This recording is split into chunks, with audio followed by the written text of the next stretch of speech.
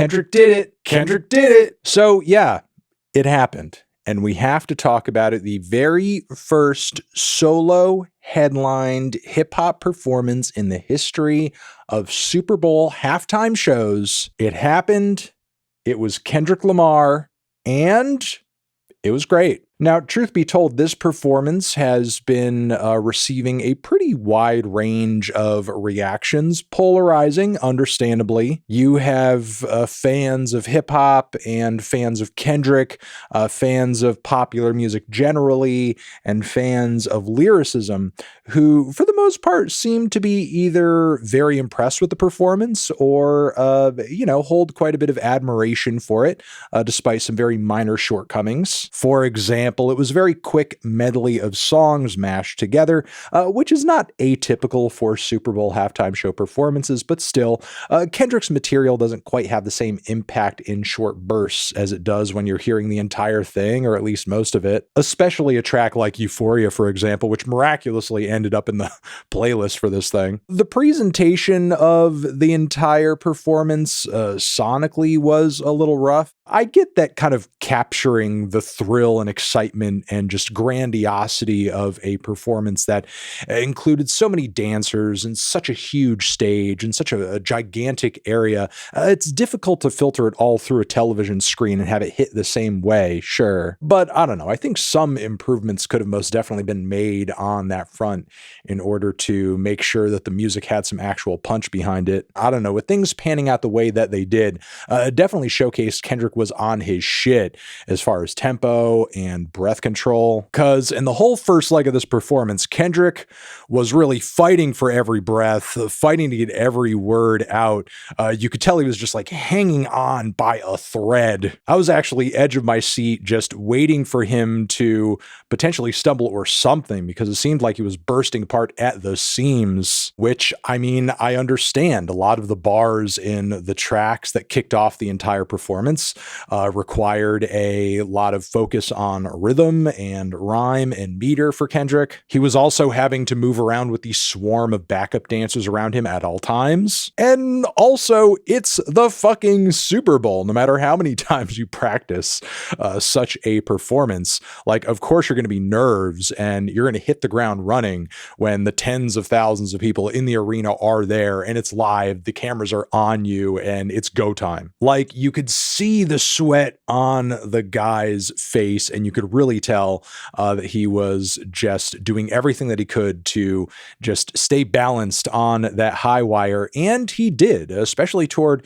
the back end of the whole thing, because it really did kind of smooth out in the second half. And he very, very, very much stuck the landing with TV off, kind of closing things out, which I thought was very funny, very symbolic, very smart. And with that being said, there were actually quite a bit of layers to this performance as well. Like, there was obviously the musical element of it, which, again, I think the performance all around was very solid. And while a lot of the material in the mix in this medley was very recent, I think Kendrick touched down on the most important moments that he had to. We had, those massive hits from the Damn era. We had all the stars featuring SZA from the Black Panther soundtrack, which was great.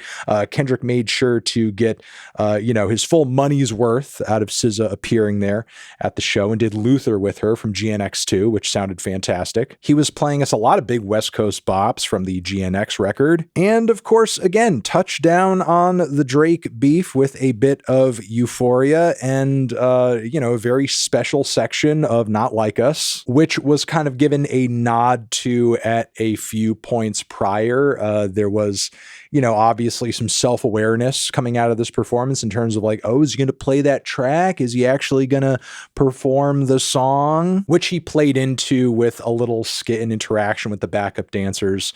This was also kind of referenced through Samuel L. Jackson playing Uncle Sam and dropping in some almost narrative commentary here and there throughout the performance. And I feel like his inclusion in the performance was really smart, and Kendrick's way of kind of beating detractors to the punch in terms of things they could be saying to deride the performance. Oh, this is a bit niche, or this is ghetto, or this isn't for everybody. I mean, first off, Samuel L. Jackson as Uncle Sam is just all around hilarious fucking casting. But on top of it, it's clear Kendrick wanted to make something for the fans, do something here musically speaking for hip hop without having to worry about how wide it's going to appeal. And hopefully with the Samuel L. Jackson inclusions, he was able to, I don't know, maybe take a few people by surprise by sort of,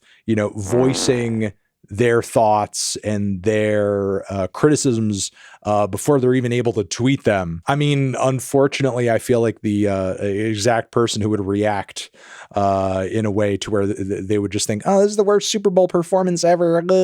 Yeah, they're not self-aware enough probably to catch on to the fact that Kendrick already knows what they're going to say before they say it. But for those of us who can actually see a couple layers of depth in what Kendrick's doing, it's at least nice to know and hear that he, has a self-awareness about himself and what he did in this performance and how it's going to be perceived and who exactly it's for. I should also probably drop in on the fact that when Kendrick, went into the whole "Say Drake, heard you like him young" line, and he's kind of staring into the camera. He's looking absolutely freaking devious, just totally out of control, completely unhinged. I mean, now all of a sudden Drake's tour and performances going on in Australia right now kind of makes sense because I would imagine with Kendrick performing, even if he wasn't playing Not Like Us at this stage in his career post the beef, you would want to be just about anywhere in the world other than America. And, he did have a performance on the same day in Melbourne during this whole thing. So I'm sure that on some level was kind of slightly taking his mind off of things, though maybe not entirely, because there was that recent video of him walking out with bullet holes smoking on him. Oh my God. But still, song choices were solid. Performance all around was great. And then there was the whole visual element of it, which, was simple and intricate at the same time. For one, you had those 4 different quadrants throughout the stage and field of shapes that looked like they were inspired by buttons on a PlayStation controller. I'm not sure if that reference runs much deeper than, this whole thing for Kendrick being a game or feeling like a simulation or just something having directly to do with video games. But the nod is pretty clear. Then beyond that, you had all of the backup dancers whose red, white, and blue outfits looked so great. I loved what that commentary was essentially making about not only America, but West Coast gang culture, as Kendrick is, often known to reference in his art and his music, and the idea of unity on top of that. And I think in a way he sort of was using that as an example of a group of people or a community that is at odds with itself, and then was kind of extrapolating that onto America, which I'm sure on some level he sees as being an entity that is also at odds with itself. And then ultimately a coming together in unity, but simultaneously, Kendrick, as we know through the Drake beef, is a man of war too. Look, I'm not saying all of it makes total sense and is completely consistent with itself ideologically and philosophically. But with all that being said, knowing Kendrick's thought processes behind some of these things, given past interviews and other works he's come out with, I could see where he's going with it. I could see what he's pointing toward. I also liked how dynamic and versatile the entire performance was, how as various songs changed across the entirety of the halftime show, we were getting different camera angles and dance routines and, cinematic framing. Maybe it wasn't quite as involved and as intricate or as set dependent as The Weeknd's performance several years ago, but it was still great, still went over really well. But yeah, frankly, all around sick performance. I have to also give it to the guy who ran out into the entire thing with a Palestinian flag. As good as the performance was, I'm sorry, but that was base as hell. Love SZA, Loved all the guys kind of jumping out of the GNX.